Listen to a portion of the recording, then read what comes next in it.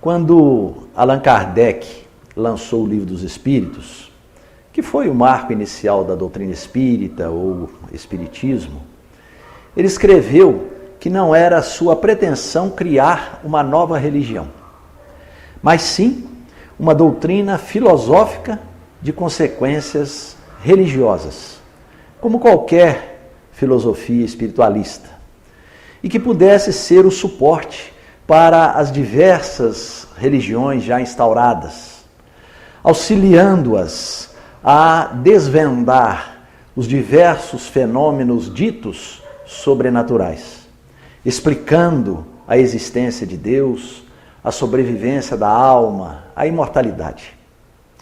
E ele utilizou para isso os recursos científicos da sua época. Daí a origem de uma doutrina filosófica e científica. Embora tenha estabelecido inicialmente apenas os aspectos filosófico e científico, mais tarde Kardec inseriu o aspecto religioso.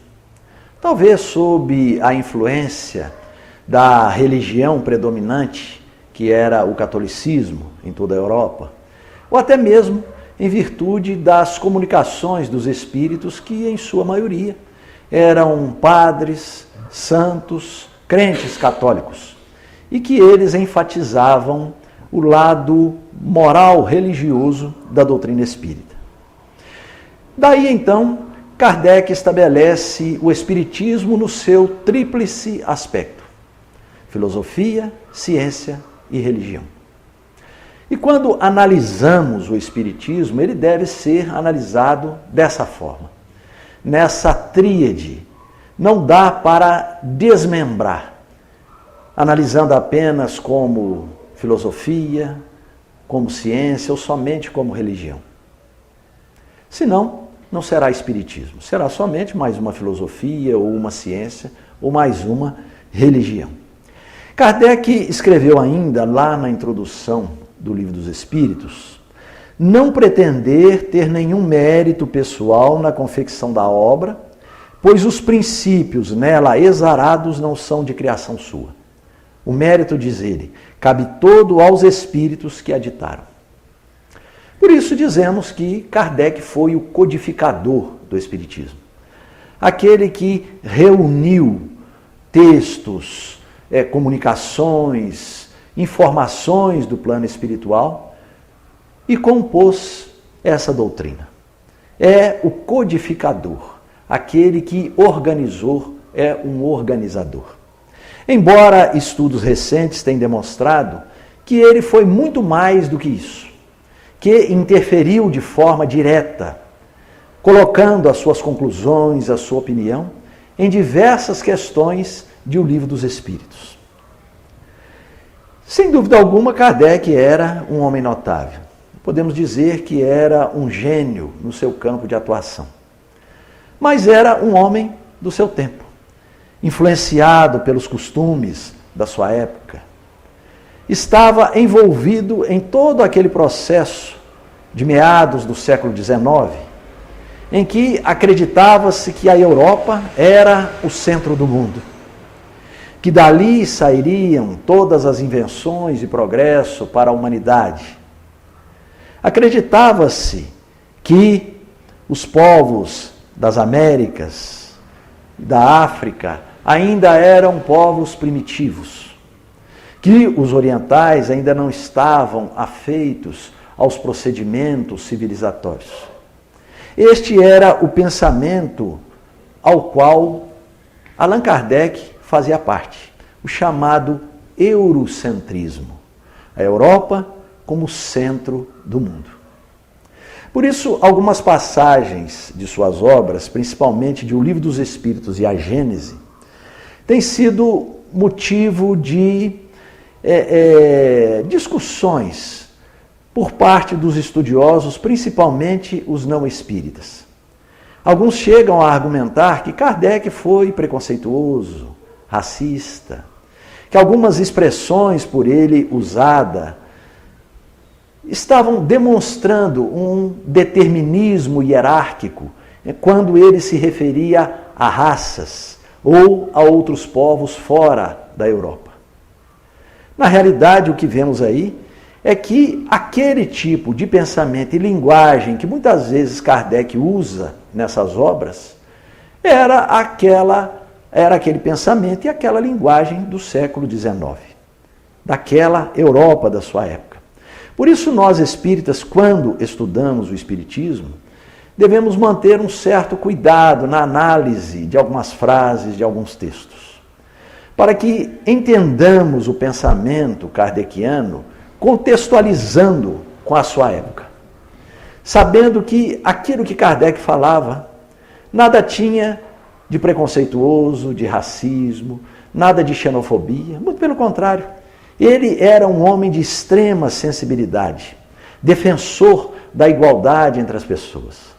É preciso então que nós analisemos para que muitas vezes não repitamos expressões que já não cabem mais nos momentos modernos ou nos momentos atuais.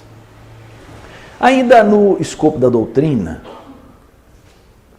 Allan Kardec apresenta os princípios fundamentais do Espiritismo, resumindo-os em 35 itens. Isso está lá no Livro dos Espíritos, na introdução, no item 6. Nós não vamos falar, naturalmente, sobre todos esses princípios, porque isso demandaria um tempo considerável.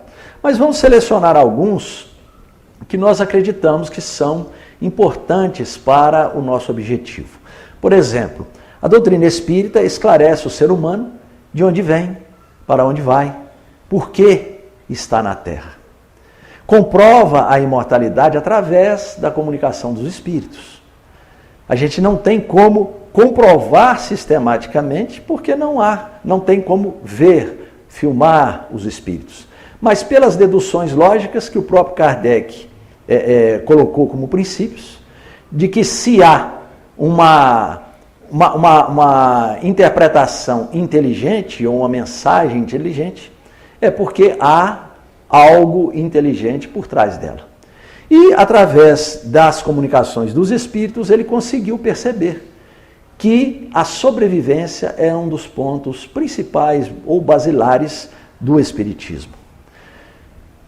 O ser humano jamais morre, essa é a conclusão. O corpo físico, sim, se desintegra, é cremado, se transforma, mas o ser espiritual, a essência, jamais morre. Continua a sua existência em outro plano de existência, e que o Espiritismo chama de plano espiritual, ou mundo espiritual, ou vida espiritual, ou dimensão espiritual. Mas a essência, o ser espiritual, vai consigo, levando as suas virtudes, suas qualidades, também os seus defeitos, as suas, vamos dizer, a sua ignorância com relação às diversas questões da vida. Porque a evolução, sendo contínua, ela é feita através do aprendizado. À medida que aprendemos, adquirimos experiência, vamos amadurecendo, isso do ponto de vista espiritual. E assim o espírito vai caminhando nessa trajetória. Com essa convicção de que somos seres espirituais, imortais, os laços de família se fortalecem. Porque, conforme a instrução recebida por Kardec, os espíritos se reúnem na vida espiritual através da simpatia, da similaridade de afeições, os laços de grupos, formando naturalmente famílias no mundo espiritual. Isso é naturalmente confortador para todos nós, porque começamos a pensar que a vida na Terra não é a condição permanente. E através do enfrentamento de dificuldades, problemas, nós vamos desenvolvendo em nós potenciais, que poderíamos chamar de potenciais divinos, e que são necessários ao nosso aprimoramento espiritual. O Espiritismo também vem demonstrar que somos seres espirituais criados por Deus. E fomos criados simples e ignorantes. O que isso significa? Sem qualquer conhecimento, sem noção do bem e do mal, mas com aptidões iguais para tudo, para que possamos aprender, buscando a perfectibilidade que é o objetivo de todos nós. Claro que não é a perfectibilidade absoluta, porque isso só Deus, mas o progresso sempre constante, a evolução infinita. E à medida que o ser evolui, desenvolve, progride, amadurece, vai desenvolvendo o livre-arbítrio. O livre-arbítrio é a capacidade que todos têm de decidir como agir, o que fazer, tomar as decisões como queira. E o livre-arbítrio, ele é relativo à evolução do espírito. Quanto menos evoluído, menos livre-arbítrio, menos capacidade de decisão.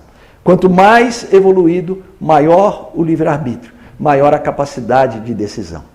E assim, nessa escolha, acertando e errando, é que nós vamos desenvolvendo e evoluindo. Nascer novamente é o anseio de todos os espíritos.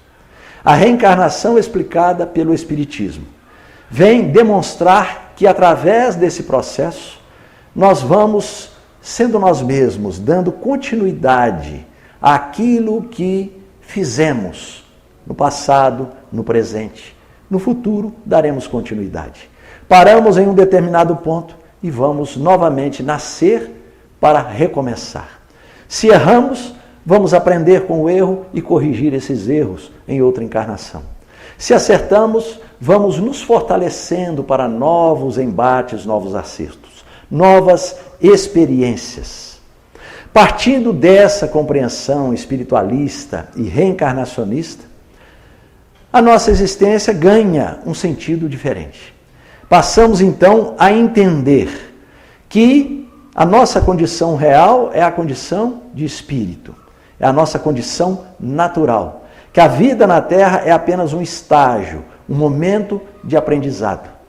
E isso nos ajuda a blindar contra determinadas tendências nossas, principalmente contra o materialismo, o apego exagerado à vida e às coisas materiais, o niilismo, que é a ideia do nada, com os seus consequentes e nefastos desdobramentos, principalmente o suicídio. O suicídio na doutrina espírita é visto como uma alternativa vã, sem sentido, porque se somos imortais, de nada adiantará tentar deixar a vida. Jamais deixaremos de existir. Estaremos sempre na vida. Deixamos o plano material e continuamos no plano espiritual, sempre na vida. O Espiritismo nos mostra a situação de perturbação dos espíritos suicidas, da sua situação, muitas vezes, de sofrimento, de dor, devido ao grande engano que foi tentar a morte voluntária. Esta é uma forma de nos auxiliar a enfrentar os problemas da vida, sentindo que é preciso vencer em nós mesmos, buscar o nosso aprimoramento íntimo, a compreensão daquilo que nos cerca. A realidade que nos aguarda é a realidade da sobrevivência. Então, o Espiritismo, ao mesmo tempo em que instrui, coloca as suas instituições a serviço do amor. As instituições espíritas são casas de acolhimento, de estímulo, de conforto para todos aqueles que as procuram. O Espiritismo não exige que aqueles que recebem os seus benefícios se convertam à sua doutrina. Apenas contribui, auxiliando, instruindo. As casas espíritas são casas de estudo, de orientação. Por isso, esse acolhimento, no entendimento de que somos todos parceiros em uma jornada de evolução. Nada exige daqueles que vêm até ele, o Espiritismo. Doa pelo prazer de servir. Simplesmente amando. O amor é a base do relacionamento espírita. Ainda como esclarecimento que a doutrina espírita nos proporciona. O nascimento de um ser é explicado como sendo uma nova oportunidade que o espírito recebe de recomeçar a sua jornada. Uma nova oportunidade de aprendizado, de crescimento. Por isso orienta que o aborto provocado é contrário à lei da vida. E adverte que muitas vezes o espírito abortado, no seu sofrimento, na sua dor, na interrupção daquele planejamento por uma nova encarnação, se revolta. E às vezes persegue aqueles que deliberaram pela interrupção do seu nascimento. Mas que essa revolta não vai significar algo que seja permanente, que seja eterno. Muitas vezes, aqueles que deliberaram pelo aborto se arrependem e resolvem buscar uma nova gravidez. E aquele mesmo espírito retorna, reencarna e tem a sua oportunidade de crescimento continuada. Adverte a doutrina que aqueles que deliberaram por esta, vamos chamar de quebra da lei de harmonia através do aborto, que não devem se culpar, guardar o remorso, mas simplesmente buscar uma reconciliação consigo mesmo. Através do arrependimento, que é a oportunidade que o espírito recebe de recomeçar. Diz Kardec que o arrependimento é o ponto ou é o passo inicial para a renovação do espírito. Após o arrependimento vem a expiação, ou seja, a dor da culpa, do remorso, mas em seguida vem a reparação, a oportunidade de fazer novamente, de cumprir a sequência daquilo que foi interrompido. O Espiritismo ainda nos ensina que Deus é amor, que é a inteligência suprema, a causa inicial ou causa primeira de todas as coisas. E que nós, na nossa condição evolutiva, por sermos ainda seres com mentes limitadas, não podemos compreendê-lo, porque não é possível que o ser limitado compreenda o ilimitado. Daí demonstrar que Deus é o amor, que proporciona a todos as mesmas oportunidades, que não tem preferência por este ou aquele povo, que não pune, que não castiga e nem recompensa, mas que estamos todos submetidos às suas leis, que são permanentes e imutáveis, e que cada um de nós, envolvidos nessa lei ou nessas leis, vamos crescendo e progredindo. Explica ainda que Jesus não é Deus e que também não é o único Filho de Deus, que não é um ser privilegiado, mas que Jesus é um espírito criado também no princípio, simples e ignorante.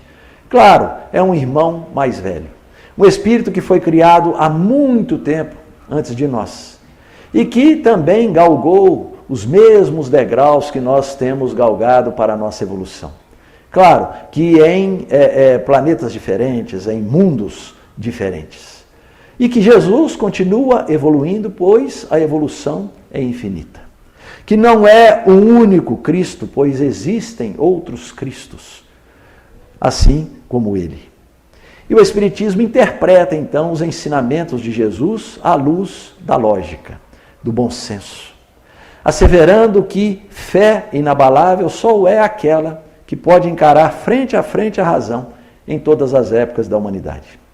Além de recomendar que tudo aquilo que não passe pelo crivo da razão ou pela nossa análise racional deve ser rejeitado.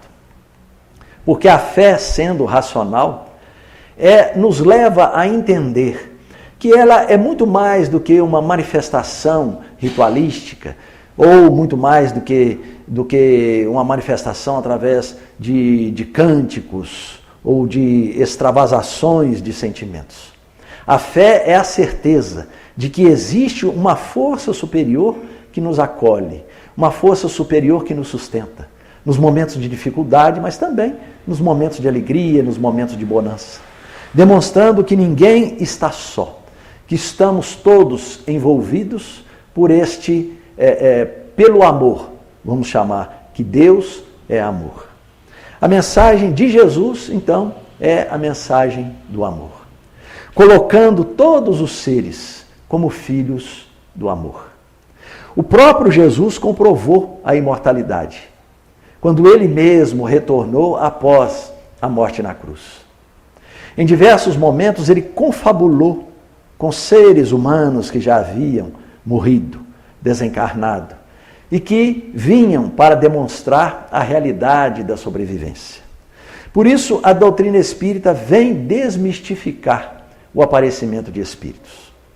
Vem demonstrar que não há aí nenhum tipo de manifestação sobrenatural, mas é um fenômeno natural.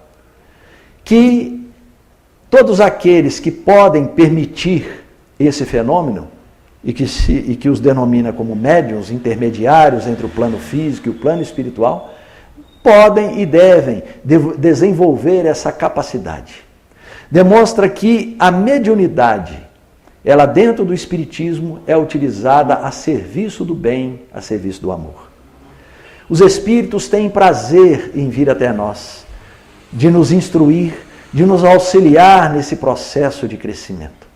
Mas é claro que, não sendo os espíritos nada além do que os seres humanos sem o corpo físico, existem aqueles que também vêm para perturbar, para atrapalhar o desenvolvimento das pessoas.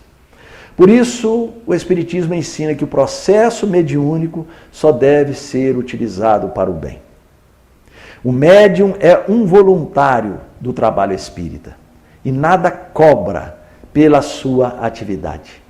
Faz pelo prazer de servir, doar de si em benefício de outros, tendo a oportunidade de, servindo de intermediário, transmitir mensagens que possam confortar, esclarecer. Serve pelo prazer, sem qualquer pretensão de recompensa.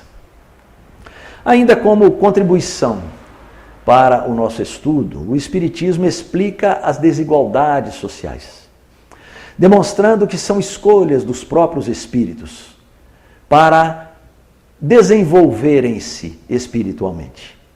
Em alguns casos pode até ser um tipo de expiação, mas, de acordo com Kardec, as desigualdades sociais, elas fazem parte de um mundo ainda atrasado, um mundo de provas e expiações, onde ainda vigora o egoísmo, a ambição, onde os mais fortes, os mais poderosos, ainda dominam e exploram os mais fracos, os menos aquinhoados. Diz Kardec que riqueza e pobreza são situações normais na vida do ser humano e que representam provas para os espíritos. Diz ele, a pobreza é uma prova dura e a riqueza uma prova perigosa. Ricos e pobres, complementa Kardec, são espíritos em provação. Aquele que é pobre hoje já foi ou poderá vir a ser rico. Aquele que é rico hoje já foi ou poderá vir a experimentar a pobreza em outra encarnação. São oportunidades de aprendizado, de convivência em ambientes diferentes, que vão enriquecendo o espírito nessa sua jornada para a felicidade. Através desses esclarecimentos, nós vamos entendendo que a vida na Terra é uma vida de desafios. Porque se a nossa condição real, a nossa condição natural é a condição de espírito livre, ou seja, fora do corpo físico, a vida na Terra é uma vida de limitações. Ao encarnar, o espírito perde a sua capacidade de percepção. Estamos encarnados limitados aos 5 sentidos que o corpo humano nos permite. Fora do corpo, todos esses sentidos se expandem. E temos muitos outros que nós nem imaginamos e não sabemos. Por isso, a encarnação, a vida na Terra, ela é desafiadora. É uma oportunidade de convivermos com os desiguais, com os diferentes. Nem sempre junto apenas com os simpáticos, Quantas e quantas vezes vive-se numa família onde as pessoas não se amam? São os desafios para o desenvolvimento moral, espiritual dos indivíduos. E vamos aprendendo então que esse processo de evolução é um processo conjunto, de cooperação, onde vamos interferindo uns na vida dos outros, auxiliando e às vezes também prejudicando, mas isso fazendo parte de um processo para que possamos desenvolver em nós o amor. Daí o Espiritismo colocar que a cooperação entre as pessoas deve ser a mola propulsora para a evolução do espírito. É a caridade. A caridade é algo muito mais do que simplesmente doar alguma coisa. Dizem os espíritos que caridade é ser benevolente. Ou seja, procurar expressar complacência, bondade, compreensão. Fazer o melhor para que as pessoas ao nosso lado estejam bem. Cooperar, colocando-se no lugar da outra pessoa, demonstrando interesse por ela. Caridade é também indulgência, tolerância para com as atitudes alheias, misericórdia, pois todos sabemos que precisamos ou precisaremos também de indulgência. E por fim esclarece que caridade também expressa o perdão de todas as faltas, demonstrando que o perdão é muito mais do que relevar algum prejuízo, alguma falta. Perdoar é libertar-se, porque quem perdoa liberta-se do ofensor ou do que prejudicou.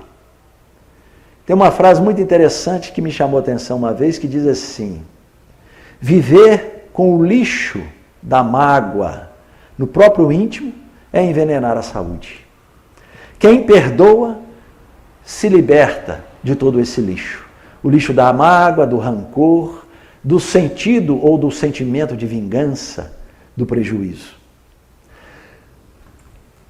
Um outro ponto importante na base da doutrina espírita é o esclarecimento sobre a lei de causa e efeito. A lei de causa e efeito vai nos permitir agir como queiramos, sendo que as nossas ações retornam como consequências para todos nós.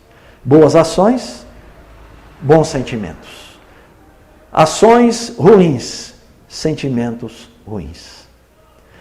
Muitas vezes, ao cometermos uma ação negativa, nós nos comprometemos com nós mesmos perante a lei da vida.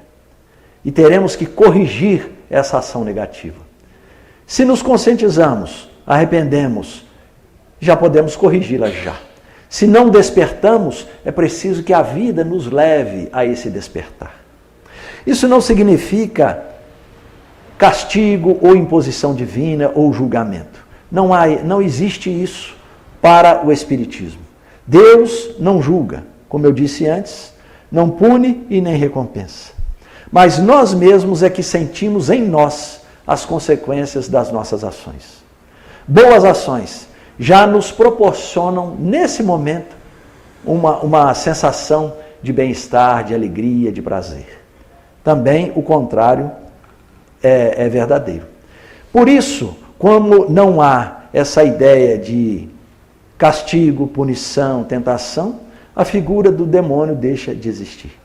No Espiritismo não se fala em demônio.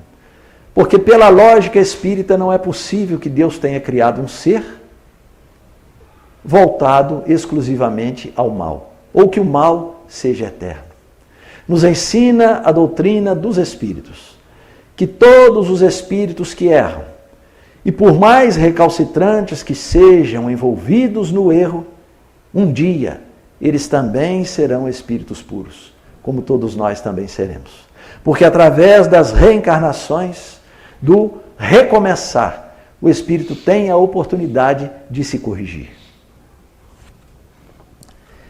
Ao analisarmos a definição do que é ser espírita, inserida por Allan Kardec em alguns de seus textos, nós vamos encontrar o seu pensamento em algumas páginas, onde ele diz que ser espírita é uma crença pessoal.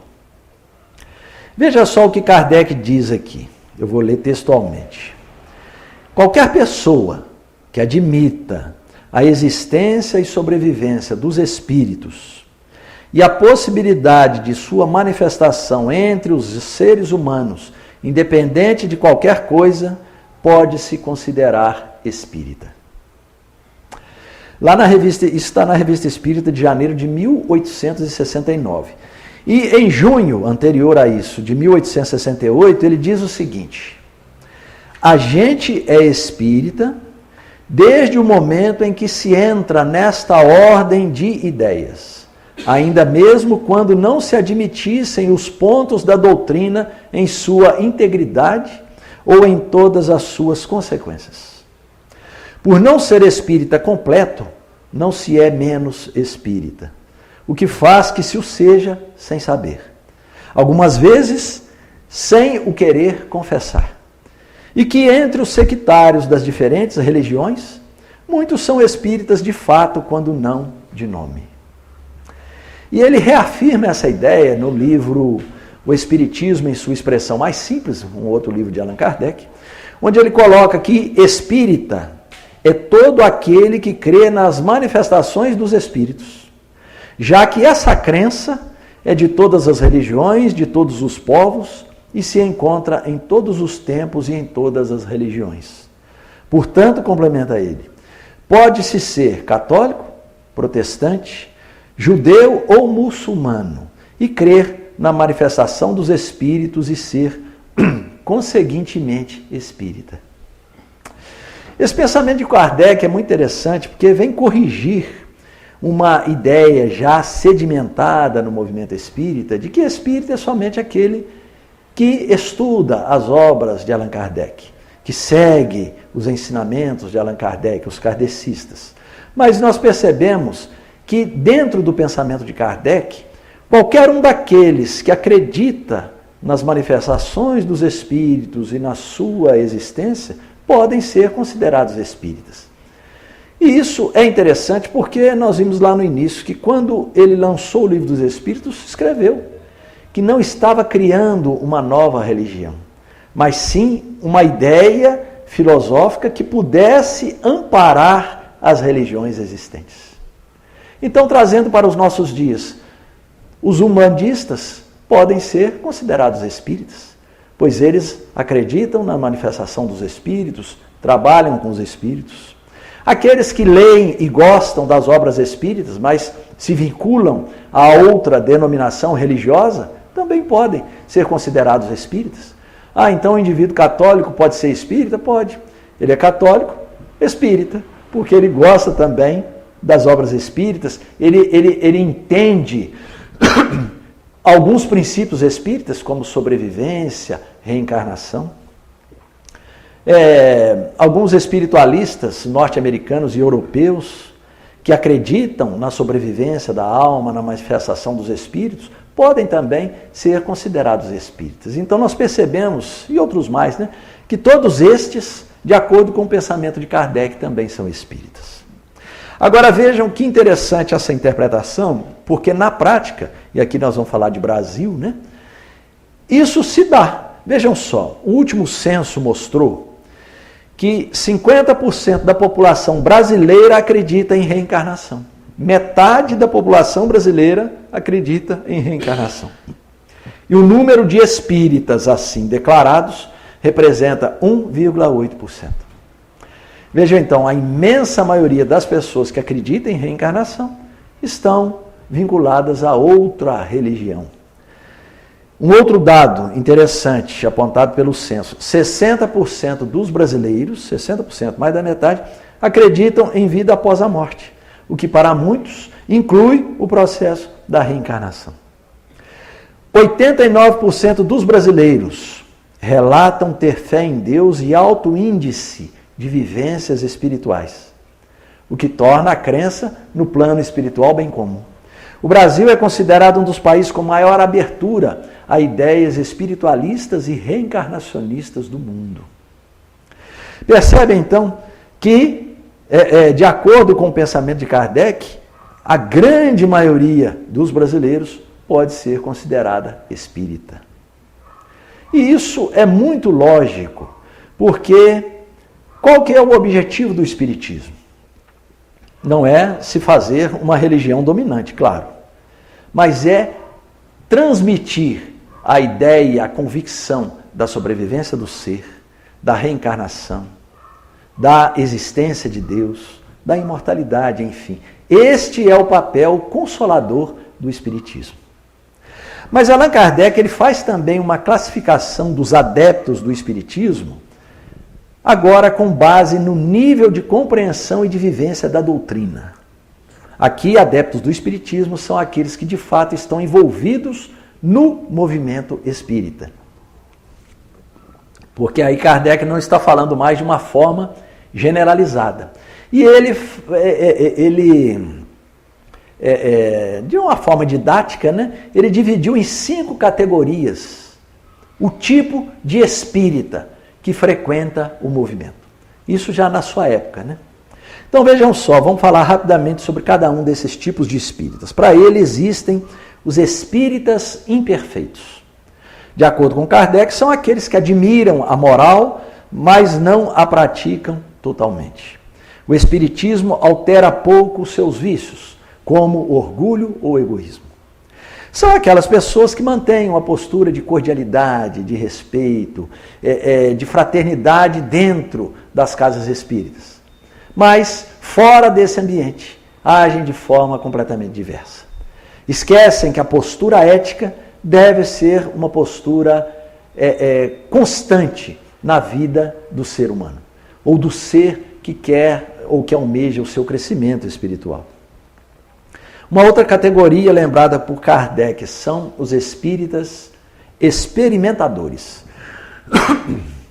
Kardec diz que esses focam-se apenas nos fenômenos físicos, nas manifestações mediúnicas, ignoram a essência filosófica e moral da doutrina. Então são aquelas pessoas que querem lidar com os espíritos, buscando algum benefício próprio, buscando curas para algumas doenças, buscando algumas revelações, notícias do mundo espiritual e etc. Só querem um fenômeno por pura curiosidade ou então para obter algum benefício. Outra categoria, Kardec chama de espíritas exaltados. Ele diz que são aqueles que possuem confiança cega em tudo e aceitam as manifestações sem qualquer tipo de reflexão. E são, por isso, enganados por espíritos mistificadores, prejudicando a credibilidade da causa espírita. São aquelas pessoas que acreditam em tudo o que ouvem ou leem vindo dos espíritos.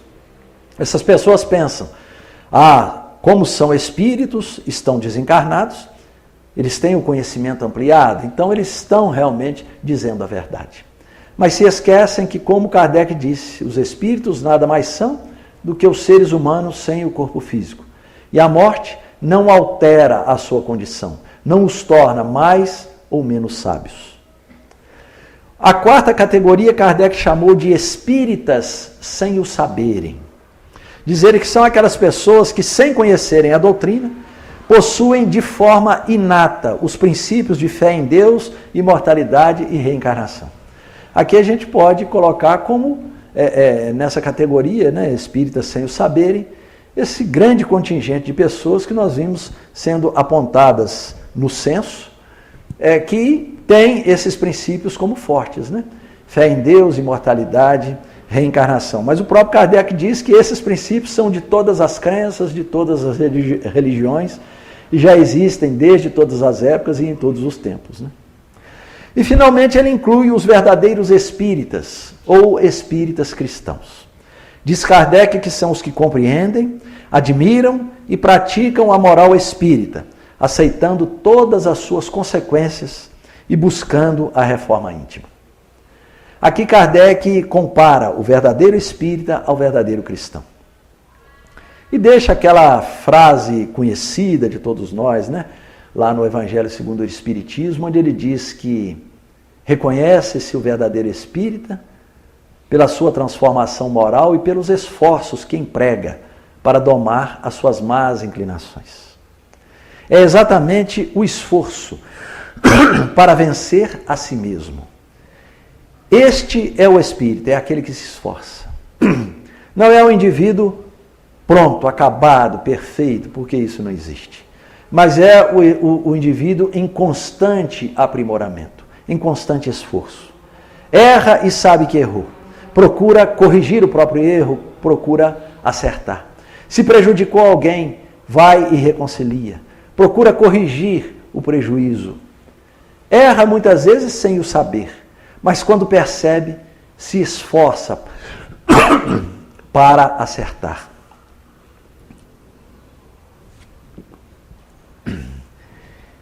Porque muitas vezes a gente interpreta essa frase de Kardec, ficando sem voz, né? Acreditando que o espírita é aquele que não erra, é aquele que age certinho. Mas o espírita é aquele que tem consciência de que é um espírito imperfeito em constante processo de aperfeiçoamento. Sabe que o erro vai lhe proporcionar amadurecimento, conhecimento, aptidões para novos acertos. E começa um trabalho íntimo de entender a vida e as pessoas, buscando em Jesus o exemplo maior, que é fazer aos outros aquilo que nós gostaríamos que os outros nos fizessem. O amor ao próximo, que muitas vezes é deturpado. Muitas vezes não se sabe quem é o próximo, embora Jesus tenha dado um grande exemplo na parábola do bom samaritano, né? Mas o próximo é aquele que está ao nosso alcance, seja físico ou mental. Vamos dar alguns exemplos. O familiar, o companheiro de trabalho, o vizinho, o parente, o profitente de outra crença religiosa ou de outro partido político, o que se reconhece com uma identidade de gênero diferente da nossa, o beneficiário de nossas ações caridosas, o pedestre nas ruas, o motorista no trânsito, o político. Quando estendemos o nosso entendimento de próximo nessa amplitude, nós começamos a desenvolver em nós uma visão mais respeitosa da vida, das pessoas e de todos os seres. Percebemos que a transformação moral é o resultado da prática de tudo aquilo que a doutrina espírita nos apresenta. E se tem como máxima o amor, é exatamente buscando nessa convivência desenvolver esse amor que nós vamos compreendendo e crescendo. Então, para finalizar e deixando bem claro o pensamento de Allan Kardec, o espírita é aquele que se esforça para melhorar-se do ponto de vista moral, intelectual, espiritual. Não é apenas o que frequenta as reuniões espíritas, que acredita nos espíritos, na reencarnação, que adota práticas e comportamentos exteriores, mas é aquele que se esforça para melhorar-se diariamente, sendo hoje melhor do que no passado e com certeza no futuro melhor do que hoje.